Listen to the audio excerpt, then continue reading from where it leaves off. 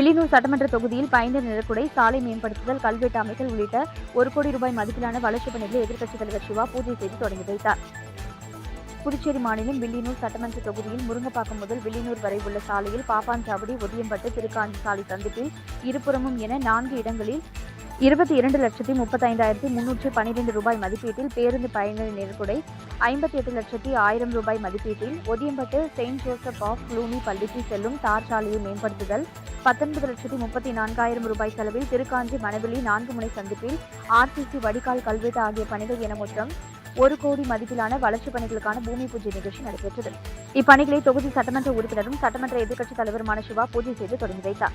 இந்நிகழ்ச்சியில் பொதுப்பணித்துறை தேசிய நெடுஞ்சாலை கோட்ட செயற்பொறியாளர் பன்னீர், சாலைகள் மற்றும் கட்டிடங்கள் தெற்கு பிரிவு செயற்பொறியாளர் சந்திரகுமார், உதவி பொறியாளர்கள் சிவபிரகாசம், நடராஜன், இளநிலை பொறியாளர்கள் மணிவண்ணன், ராஜதினேஷ், க்ளூனி பள்ளி முதல்வர் எம்லியானா, நிர்வாகிகள் JC John, McLean, DKB Kamalakannan, PRTC Bhaskar மற்றும் திமுக பிரமுகர்கள், ஊர் பொதுமக்கள், கூட்டணி கட்சியினர் உள்ளிட்ட பலர் கலந்து கொண்டனர். APJ அப்துல் கலாம் இளைஞர்கள் நற்பணி இயக்கம் சார்பில் பொங்கல் பண்டிகையை முன்னிட்டு நடைபெற்ற விளையாட்டுப் போட்டிக்கான பரிசளிப்பு விழா முன்னாள் சேர்மன் ஆனந்தன் கலந்து கொண்டு பரிசுகளை வழங்கி பாராட்டினார்.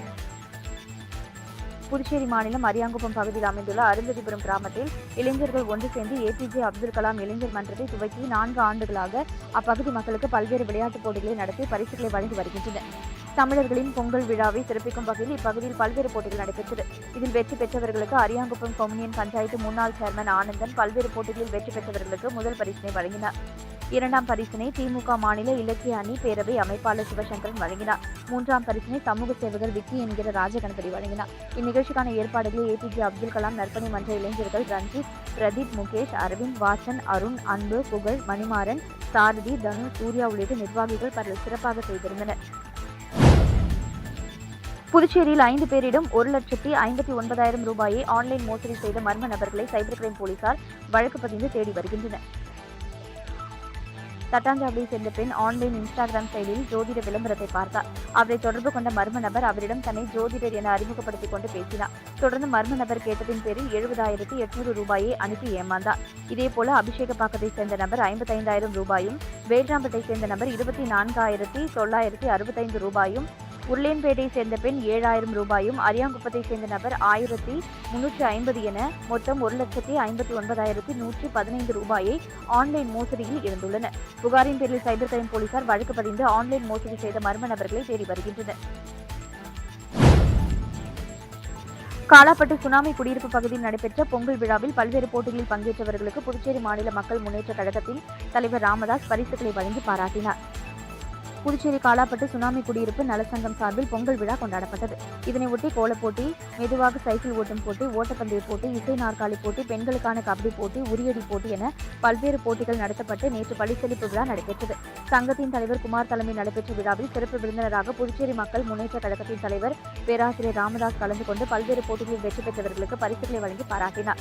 இந்த நிகழ்ச்சியில் 4 மீனவ கிராமங்களைச் சேர்ந்த மக்கள், இளைஞர்கள் உட்பட பலர் கலந்து கொண்டனர். புதுச்சேரியில் பல்வேறு இடங்களில் மது போதையில் தகராறில் ஈடுபட்ட 10 பேரை போலீசார் கைது செய்தனர். மேட்டுப்பாளையம் பகுதியில் நேற்று முன்தினம் இரவு மேட்டுப்பாளையம் போலீசார் ரோந்து சென்றனர். ITI செல்லும் சாலையில் வாலிபர் மதுபோதையில் நின்று கொண்டு அவ்வழியாக செல்பவர்களை அவதூறாக பேசி ரகளையில் ஈடுபட்டார். அவரை பிடித்து விசாரித்தனர். அவர் சண்முகாபுரத்தை சேர்ந்த பிரபு என்பது தெரியவந்தது. அவரை போலீசார் கைது செய்தனர்.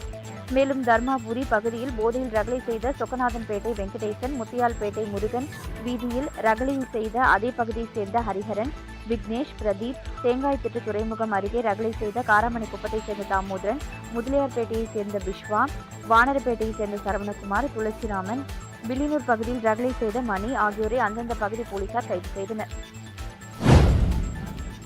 அரியாங்குப்பம் தொகுதி தமிழக வெற்றி கழகத்தில் நிர்வாகிகள் கூட்டம் தொகுதி பொறுப்பாளர் குமாரவேல் தலைமையில் நடைபெற்றது.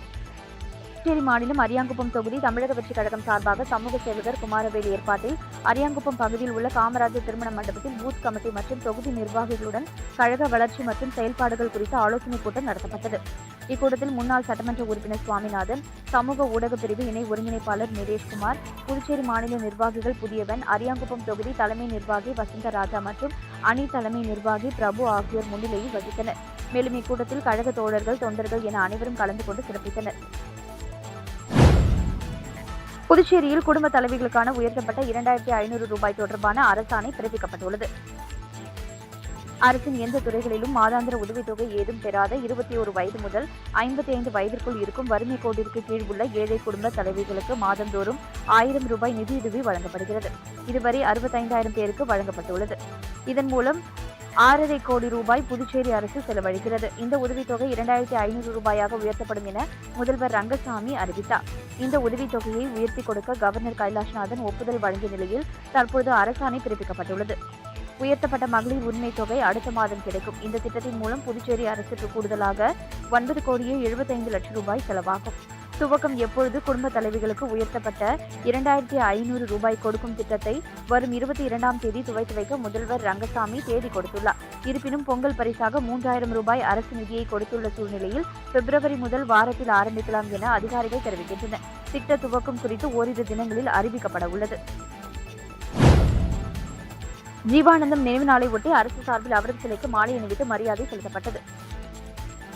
தோழர் ஜீவானந்தம் நினைவு தினம் புதுச்சேரி அரசு சார்பில் நேற்று அனுசரிக்கப்பட்டது. இதையொட்டி சாரம் அவை திடலில் அமைந்துள்ள ஜீவானந்தம் சிலைக்கு அமைச்சர்கள் லட்சுமி நாராயணன், ஜான்குமார், அரசு கொறடா ஆறுமுகம், எம்எல்ஏக்கள் ரமேஷ், பாஸ்கர், லட்சுமிகாந்தன், சாய் சரவணகுமார் ஆகியோர் மாலை அணிவித்து மரியாதை செலுத்தினர்.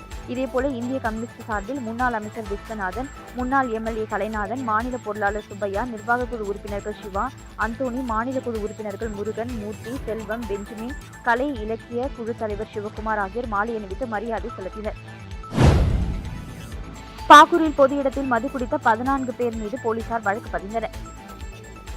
புதுச்சேரி போலீஸ் டிஐஜி சத்யசுந்தரம் நேற்றிரவு பாகூர் சோரியாங்குப்பம் பகுதியில் திடீர் ரோந்து பணியில் ஈடுபட்டார். அப்பொழுது புறவழிச்சாலை பகுதியில் பொதுமக்களுக்கு இடையூறு ஏற்படுத்தும் விதமாக குடிமகன்கள் அமர்ந்து மது அருந்திக் கொண்டிருந்தனர். இதனை கண்ட டிஐஜி பொது இடங்களில் மது அருந்துபவர்கள் மீது நடவடிக்கை எடுக்க போலீசாருக்கு உத்தரவிட்டார். அதன் பேரில் பாகூர் பகுதியில் பொது இடங்களில் மது அருந்திய 10 பேர் மீதும், கிருமாம்பாக்கம் பகுதியில் 4 பேர் மீதும் போலீசார் வழக்கு பதிந்து விசாரித்து வருகின்றனர். புதுச்சேரி பேருந்து நிலையத்தில் உள்ள கடைகளை திறக்க முடிவு செய்துள்ள புதுச்சேரி நகராட்சி 34 கடைகளுக்கான ஏல அறிவிப்பினை வெளியிட்டுள்ளது. புதுச்சேரி புதிய பேருந்து நிலையத்தில் உள்ள கடைகளை ஓராண்டு காலத்திற்கு உரிம கட்டணம் செலுத்தி கடைகளை நடத்த ஏல அறிவிப்பு புதுச்சேரி நகராட்சி ஆணையர் கந்தசாமி வெளியிட்டுள்ளார்.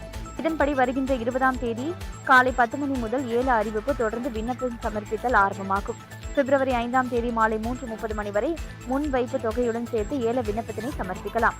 அடுத்த மாதம் 16ஆம் தேதி காலை 11 மணி முதல் மாலை 5 மணி வரை ஏலம் நடைபெறும். மின்னணு ஏலத்தில் கலந்து கொள்ள விரும்புவர்கள் விண்ணப்ப கட்டணம் 500 ரூபாய் மற்றும் முன் வைப்பு தொகை செலுத்த வேண்டும். இந்த கட்டணம் செலுத்தாதவர்கள் ஏலத்தில் பங்கு பெற இயலாது. 170 சதுர அடி முதல் அதிகபட்சமாக 1350 சதுர அடி வரை என 34 கடைகளுக்கு மாதாந்திர உரிமை தொகை மற்றும் முன் வைப்பு தொகையும் நிர்ணயிக்கப்பட்டுள்ளது. ஏலத்தில் கடைகளை அதிக தொகைக்கு கேட்பவர்களுக்கு கடை ஒதுக்கீடு செய்யப்படும் என்று தெரிவிக்கப்பட்டுள்ளது. புதுச்சேரி அருகே நுரையீரல் தொற்றால் பாதிக்கப்பட்டு வலியால் துடித்த தனது மகளை கொலை செய்துவிட்டு தற்கொலை முயற்சி செய்த முன்னாள் உதவி காவல் ஆய்வாளரை காவல்துறையினர் கைது செய்துள்ளனர். புதுச்சேரி அடுத்த தமிழக பகுதியான கண்டமங்கலம் இந்திரா நகர் பகுதியைச் சேர்ந்தவர் கோதண்டராமன் காவல் உதவி ஆய்வாளராக பணியாற்றி ஓய்வு பெற்றுள்ளார். இவருக்கு 33 வயதில் ஸ்வேதா என்கிற மகள் இருக்கின்றார். 4 ஆண்டுகளுக்கு முன்பு குரும்பன் கோட்டை பகுதியில் திருமணம் செய்து வைக்கப்பட்ட இவருக்கு ஒரு பெண் குழந்தை உள்ளது. ஸ்வேதாவிற்கு தொடர்ச்சியாக சுவாச பிரச்சனை மற்றும் சிறுநீரக பிரச்சனை இருந்ததால் கணவர் சிறிது மாதங்களுக்கு முன்பு ஸ்வேதாவை அவரது தந்தை வீட்டில் விட்டு சென்றுள்ளார். இந்த நிலையில் ஜிப்மர் மருத்துவமனையில் ஸ்வேதா அனுமதிக்கப்பட்டார். ஸ்வேதாவிற்கு தொடர்ச்சியாக அவதிப்படுவதை தாங்க முடியாத கோதண்டராமன் கத்தியால் கழுத்தை அறுத்து கொலை செய்துள்ளார். பின்னர் தானும் தற்கொலை முயற்சி செய்துள்ளார். இதுகுறித்து தகவல் அறிந்த போலீசார் கோதண்டராமனை மீட்டு மருத்துவமனைக்கு அனுப்பி வைத்தனர். அதே நேரத்தில் சம்பவ இடத்திலேயே மகள் ஸ்வேதா மரணமடைந்துள்ளார். இந்த நிலையில் கொலை செய்த தந்தை மீது வழக்கு பதிவு செய்த கண்டமங்கலம் போலீசார் விசாரணை நடத்தி வருகின்றனர்.